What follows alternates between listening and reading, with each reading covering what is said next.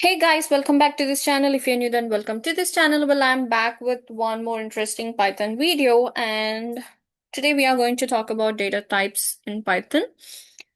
So, just one quick question. Have you ever wondered how Python actually knows what kind of data you're working with?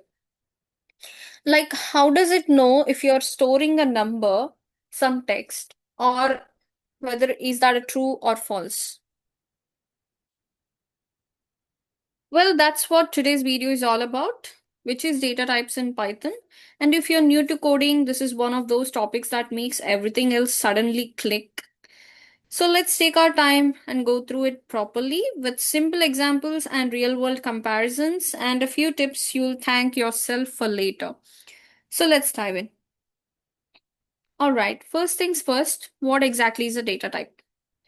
Well, when you create a variable in Python, say it like, for example, x equal to 10, and Python needs to know what kind of value it's working with. Is it a number? Is it some text? Or is it just true or false? So that's where data types come in. So they tell Python, hey, treat this value like a number. Or, hey Python, this one's just a string of characters. Or this is a simple true or false situation.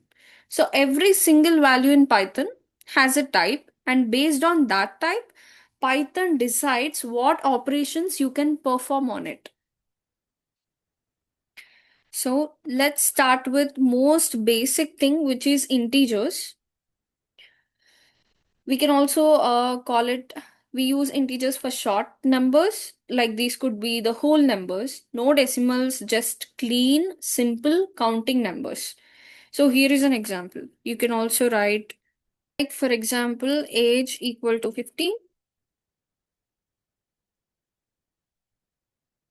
or you could write score equal to 100 and level equal to -5. These are just the basic examples, like how we can store integer values in the variables. So it could be age equal to 15, score equal to 100, and level equal to -5. So here, age, score, and level are all integers. They could be positive, negative, or even zero. All right, Python, I'm storing a full number, nothing fancy. So this is what you're going to tell. And you can also use integers for counting the lives in games, or you can track your own age, and you can even keeping your score 100 and number of items in the cart, something like that. It's very simple. Okay. Okay, now let's talk about floats. So now this one's not about swimming. I know that floats is all about swimming, but not here. So it's a short form for floating point numbers. Basically, these are the numbers that have a decimal point. Like if you see here, this one. I can give you more examples, or you can say floating or float numbers. You can do something like weight, you can add the value in float, and it could be maybe temperature, which is minus 36.7 or even 2.5. And it could also be a price, which is in decimals. Most of the time you see 99.99. So if your values has a dot, so Python will treat that as a decimal number, that as a float number. So you would use floats for temperature readings, money and prices, percentages, any kind of measurement that is not a whole number. So just remember, no decimal, it means int. If there is a decimal, then it is float. Now let's talk about strings. So now this is where things get fun, which are strings, because these are basically any kind of text, whether it's a name or a sentence or even emojis. In Python, a string is wrapped in quotes. It could be even in single quotes or in double quotes, it doesn't matter. Like for example,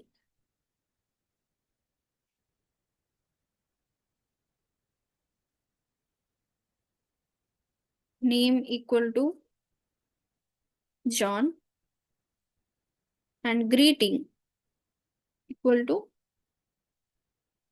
hello world. Or you could give comma here. And you can also give emoji, but I have to copy paste it from the, wherever you find emojis, you can just copy paste it there. So whether hello or 123 Main Street or any emoji which is inside the quotes, Python treats it as a string. So if you ever forget and try to store text without quotes, Python's gonna throw an error like, hey, I don't know what do you mean. Like for example, it'll be really crazy on you. See, it's already saying that there's an error. So world is not defined. So Python is thinking that this might be any variable and this might be any variable. So if you give in quotes, then Python will think like, okay, this is a string and I don't have to think about that. It's I just have to display just like that with whatever inside the quotes. So you will use strings literally all the time. It could be when you're displaying the messages to the users, or storing names or addresses, or giving the feedback, or when you're dealing with chatbots or interfaces, or when you're dealing with user inputs. All are string heavy. So this is when you work with strings. Always remember, whenever you're giving anything in the quotes, then it will be a string. You can also give a number as a string. It will take it as a string, it will not take it as a number. So that's the difference. And now we have one more data type, last but not least, because we have to talk about booleans, which is true or false.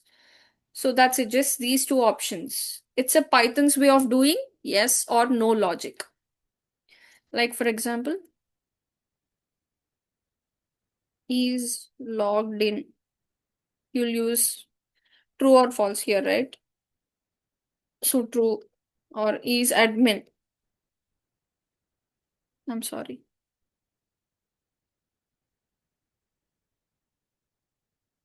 Then again it will be true. Or maybe game over. Could be false.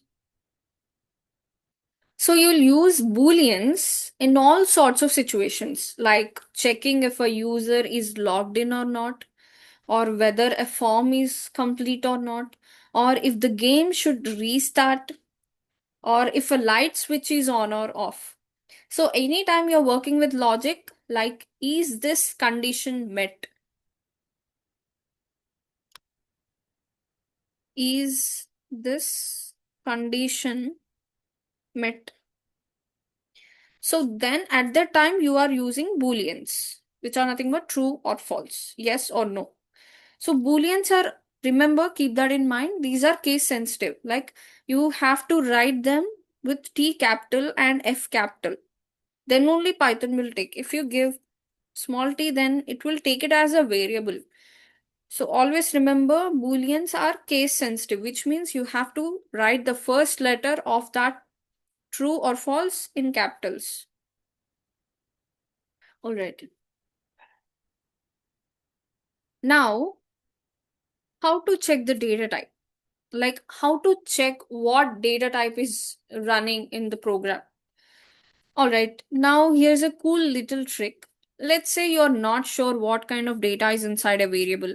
Maybe it came from a user or maybe from some other file that you don't know. So you can ask Python using a function called type.